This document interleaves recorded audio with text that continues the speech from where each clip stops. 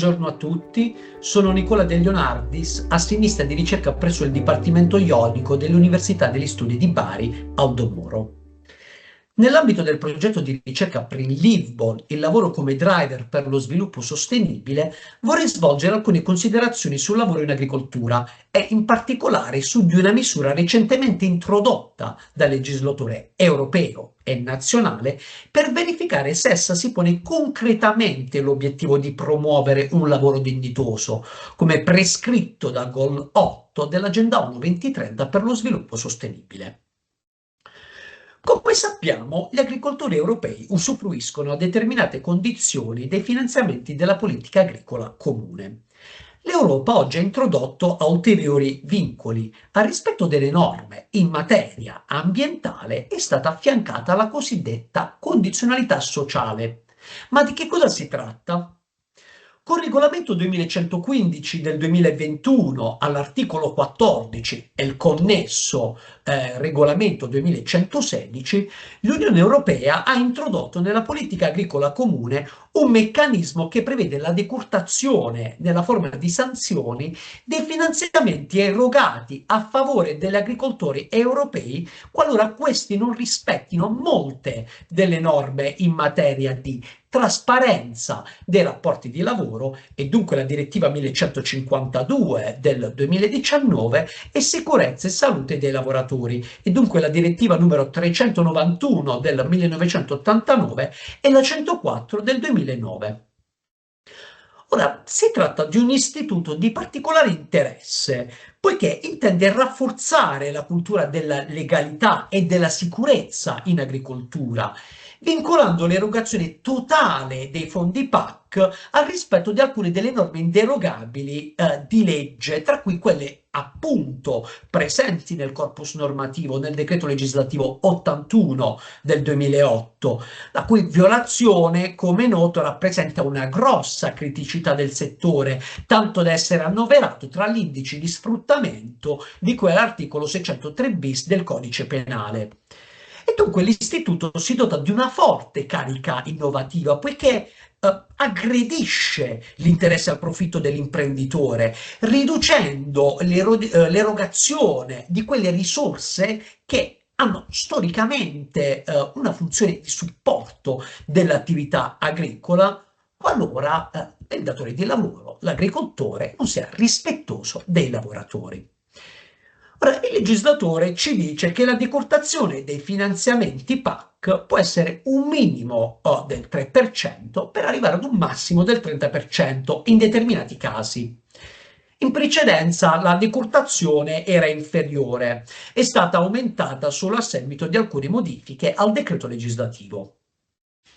Adesso, per capire qual è la percentuale di riduzione dei finanziamenti da applicare, dobbiamo rifarci al decreto ministeriale del 28 giugno del 2023, che presenta una tabella con le violazioni che sono state previste dal regolamento europeo e successivamente recepite dall'ordinamento italiano, nella modalità ritenuta opportuna dal legislatore appunto nazionale. Ad ognuna di queste norme viene attribuito un punteggio. La somma di questo punteggio, calcolata sommando il numero delle norme violate e rilevate ovviamente dalle autorità ispettive, è collegata ad una precisa percentuale di riduzione. Concentrandomi sulle norme in materia di salute e sicurezza, occorre rilevare che le violazioni delle norme previste dal testo unico, il decreto legislativo 81 del 2008, dunque in materia di salute e sicurezza dei lavoratori, hanno più o meno quasi tutte un punteggio alto che garantisce già in un singolo caso, quindi quando viene rilevata una sola infrazione, la decurtazione del finanziamento pari al 5%. La disposizione dunque risulta coerente con il regolamento che, ricordiamolo, è direttamente applicabile negli Stati membri dell'Unione Europea, o perlomeno dovrebbe esserlo. Dico dovrebbe perché il provvedimento di recepimento italiano, ovviamente il decreto legislativo 42 del 2023, mostra più di qualche lacuna, presentando alcune difformità rispetto al regolamento europeo.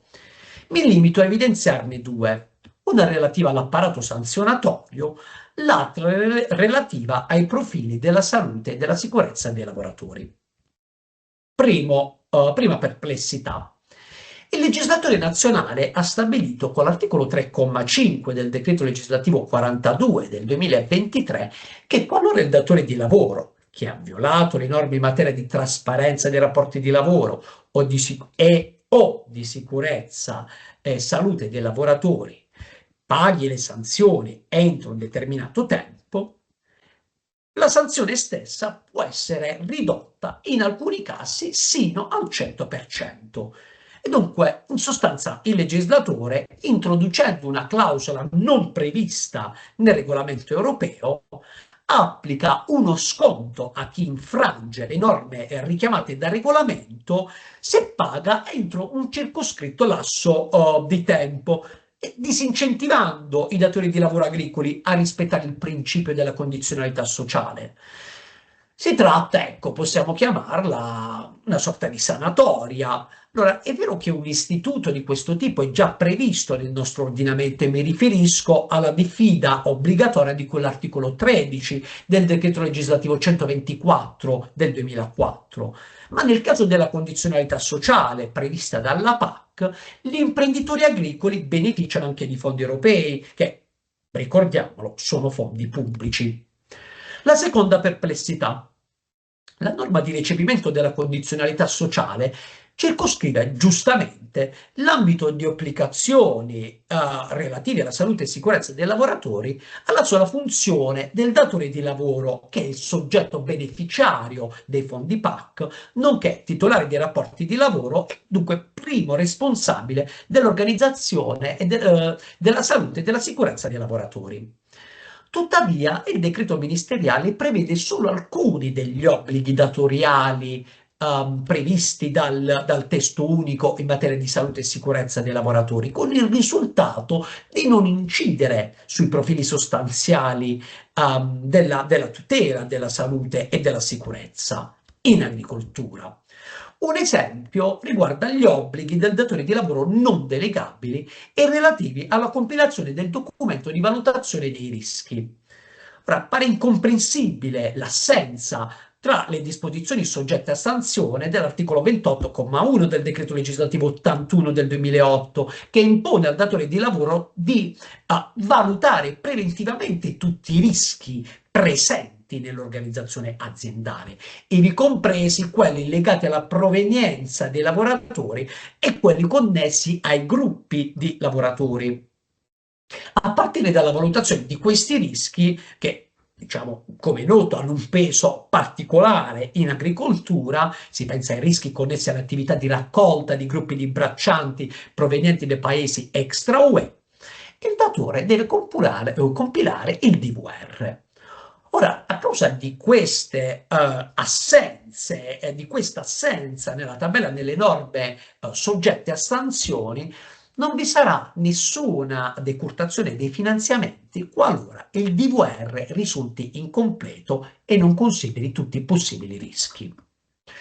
In conclusione, il meccanismo di condizionalità sociale, soprattutto nella versione recepita dal legislatore italiano, presenta delle criticità così evidenti, a mio avviso, che ne depotenziano l'effetto. Di conseguenza mi risulta difficile pensare possa concretamente promuovere un lavoro dignitoso in agricoltura.